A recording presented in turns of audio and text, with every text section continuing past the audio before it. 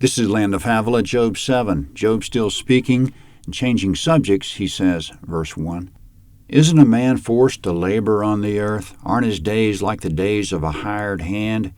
As a servant who earnestly desires the shadow, as a hireling who looks for his wages, so am I made to possess months of misery.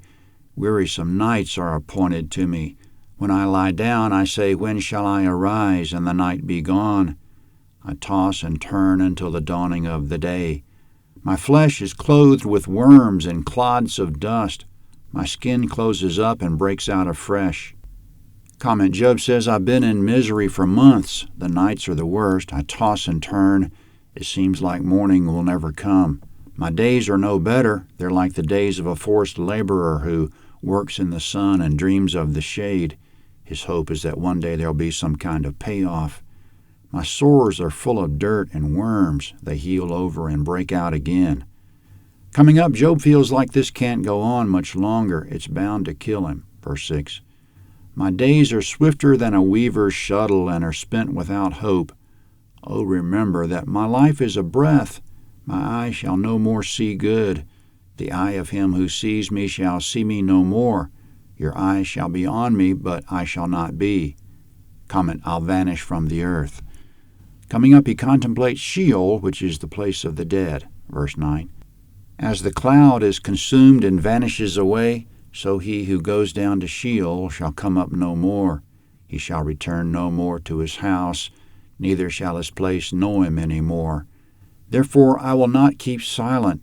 I will speak in the anguish of my spirit. I'll complain in the bitterness of my soul." Comment: Job has a bitter question for God, which is, verse 12, "Am I a sea or a sea monster that you put a guard over me? When I say my bed shall comfort me, my couch shall ease my complaint, then you scare me with dreams and terrify me through visions, so that my soul chooses strangling, death rather than my bones. I loathe my life. I don't want to live forever. Leave me alone, for my days are but a breath." Comment: Why don't you stop torturing me like I'm a captured monster? My waking hours are bad enough, and when I think I might get some relief in sleep, it's nothing but nightmares. What's the point? Just let me die. My life's a vapor anyway. Verse 17. "What is man that you should magnify him, that you should set your mind on him, that you should visit him every morning and test him every moment? How long will you not look away from me, nor leave me alone until I swallow down my spittle?" Comment: God, why are you obsessed with man? Don't you have anything better to do than to test him every minute? Can't you leave me alone even long enough to swallow my spit? Verse 20. "If I've sinned, what do I do to you, you watcher of men? Why have you set me as a mark for you so that I'm a burden to myself? Why do you not pardon my disobedience and take away my iniquity?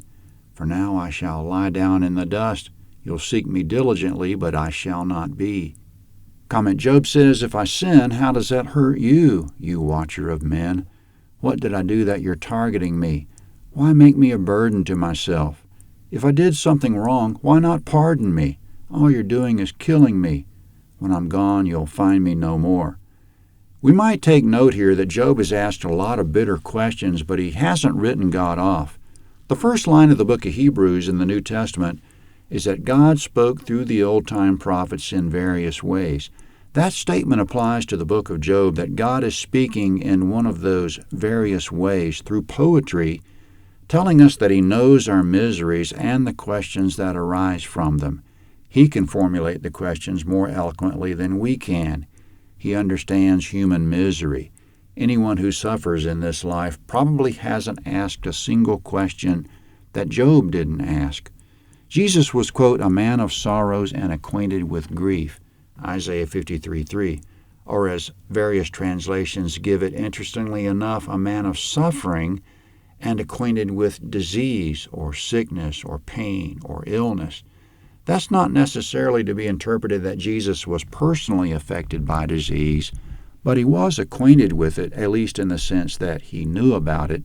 And even if he didn't personally suffer a painful or loathsome illness, we know he endured other forms of suffering personally. So we have every reason to believe that God understands all this much better than we do, and that our questions don't fall on deaf ears or ricochet off him without him understanding perfectly.